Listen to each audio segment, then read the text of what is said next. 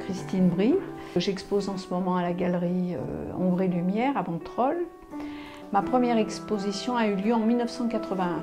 Depuis, j'ai exposé un peu partout, à Paris, en Normandie, à Strasbourg, à Lyon, mais aussi à l'étranger, à Boston, à Bruxelles, j'ai exposé, à Londres.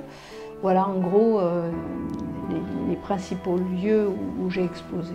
Et là, à la galerie Ombre et Lumière, j'ai voulu montrer les 3 voies dans lesquelles je me suis engagée depuis quelques années. D'abord parce que j'ai travaillé ces tableaux en même temps. Alors au début de mon travail de peintre, je travaillais des toiles abstraites, uniquement abstraites. Puis à un moment, quand je suis arrivée dans la Drôme, j'ai eu envie de passer au figuratif. C'était à cause des paysages qui me subjuguaient. Je suis restée sur une voie quand même purement figurative pendant des années. Puis à un moment, l'abstraction m'a de nouveau, ça m'a titillé de recommencer à travailler des toiles abstraites. C'est arrivé pendant le confinement. J'ai commencé à travailler des toiles du style de celle qui est ici.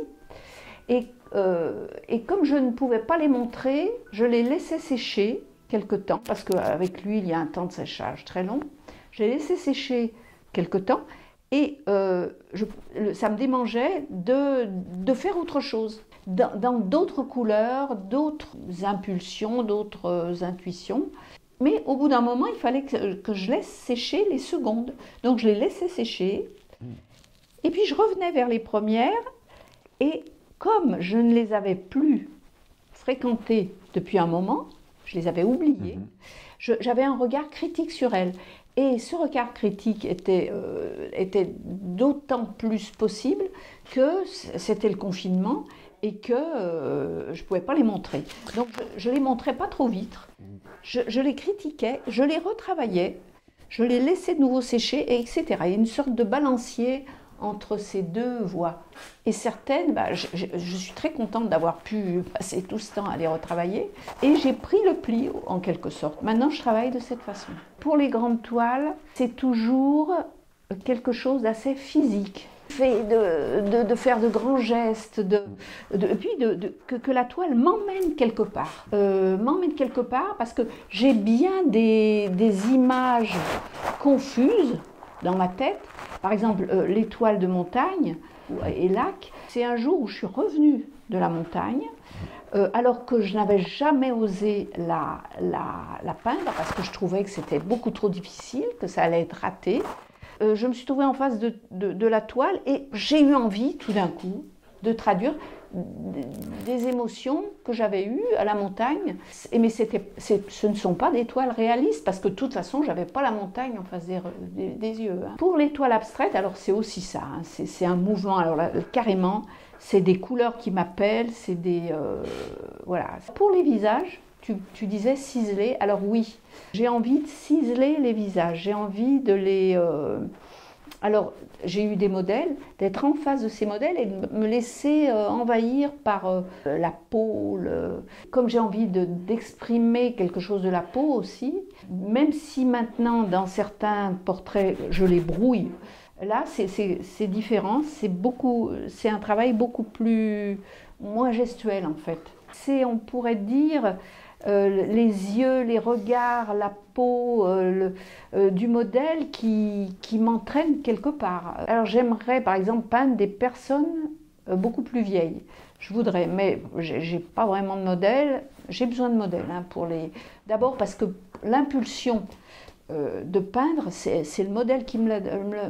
La seule personne âgée que j'ai peinte, c'est ma mère, sur son lit à la fin de sa vie, les derniers mois de sa vie. Et c'est souvent les femmes jeunes qui me permettent de les peindre. Sinon, si j'ai peint une femme noire âgée, c'était la mère d'un de mes modèles.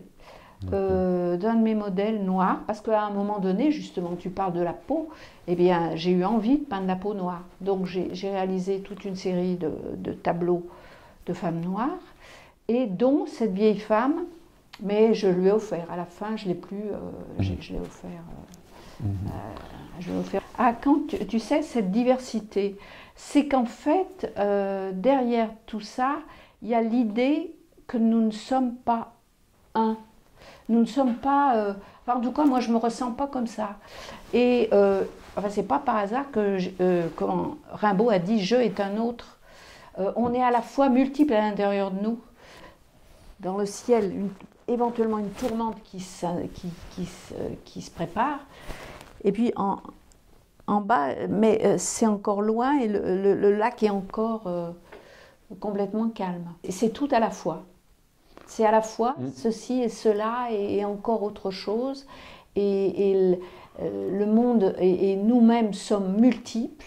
Oui, c'est comme un hublot vers quelque chose qui est sans limite. On ne peut voir ce sans limite qu'à travers un socle qui est qu'à travers la terre en fait. De toute façon, on est emprisonné dans notre corps.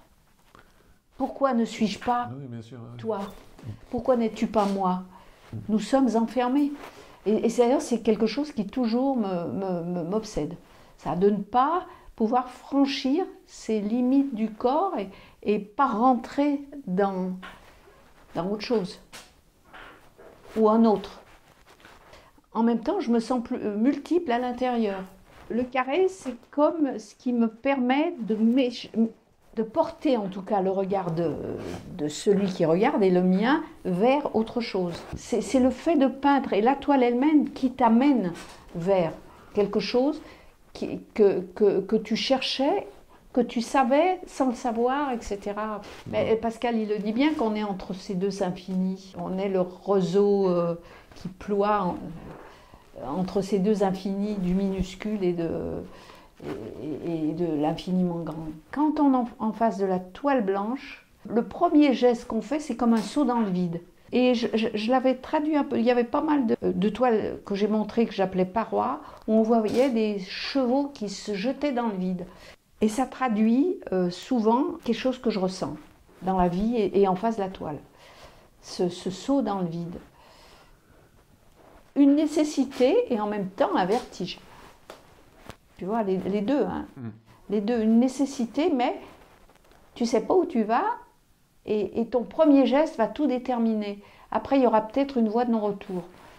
C'est aussi pour ça que quelquefois, il m'est arrivé de travailler non pas en face d'une toile blanche, mais en face de toiles que j'avais reléguées, que je n'aimais pas plus, que je trouvais loupées, et de partir d'elles comme pour être un peu moins, avoir un peu moins le vertige. Au moment où ça commence, où tu es en face de la page blanche, en face de la toile ou autre, ou du bloc de marbre, t'es au pied du mur, t'es cet individu qui est dans une chambre, seul, confronté au mur, c'est-à-dire à sa finitude, à sa mort prochaine. Ben, on est confronté aux grandes questions, quoi, en fait. Forcément. Aux grandes questions. À la fois d'être un être fini, et puis en même temps, qu'y a-t-il au-delà aussi? Qu'y a-t-il plus loin? Peut-être rien du tout. Ou alors autre chose. Mais on ne peut pas le concevoir puisqu'on est justement très limité. On est enfermé dans notre corps. C'est pour ça les petits, je les appelle aussi origines. Tu sais, les petits cercles. C'est ça aussi. Avec ce sentiment que ça parle de quelque chose de peut-être antérieur à nous, postérieur, je ne sais pas. Cette façon de parler, de ce besoin de peindre, d'écrire, tout ça, c'est qu'il y aurait eu d'autres choix possibles à un moment de notre vie, quand on était jeune. Alors, par exemple, je pense personnellement au fait que ma mère, qui n'avait pas pu faire d'études, ne rêvait que d'une chose, c'est que je fasse des études, ce que j'ai fait. Elle aurait voulu que je devienne, par exemple, professeur d'université. C'était sa grande ambition. Voilà. Et à un moment, j'ai pas pu faire autrement que de lui faire comprendre que non, c'était pas une voie que je souhaitais.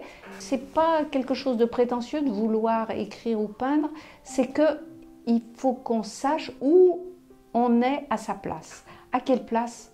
Si tu veux, à un moment, tu sens que tu ne peux pas faire certaines choses, gagner ta vie de telle façon, beaucoup plus, avoir une vie plus rangée, entre guillemets, parce que tu n'es pas à ta place. C'est trouver sa place. Tu renonces à cette vie sécurisée parce que tu n'es pas à ta place. Et tu cherches ta place et puis tu t'aperçois que c'est quand tu peins, par exemple, que tu es à ta place. Voilà, c'est simplement ça en fait, je crois. Au départ, qu'est-ce qui m'a poussée à faire des diptyques triptyques? C'est le fait que quand je suis dans une expo de sculpture, je tourne autour de la sculpture.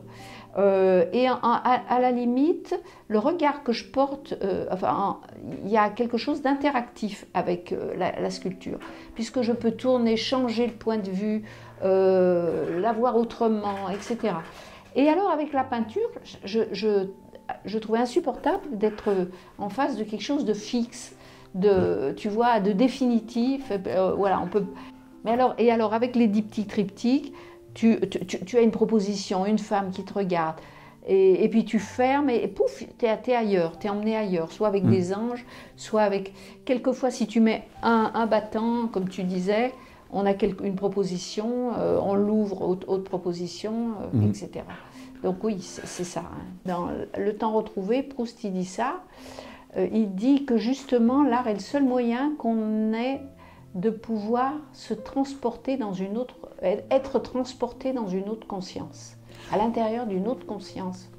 Alors, on est transporté, puis on interprète forcément à sa façon. Hein. C'est très très rare. Les gens, c'est très très rare de voir des personnes qui peuvent avoir un point de vue sur une œuvre, quel qu'il soit, s'il n'y a pas eu une validation.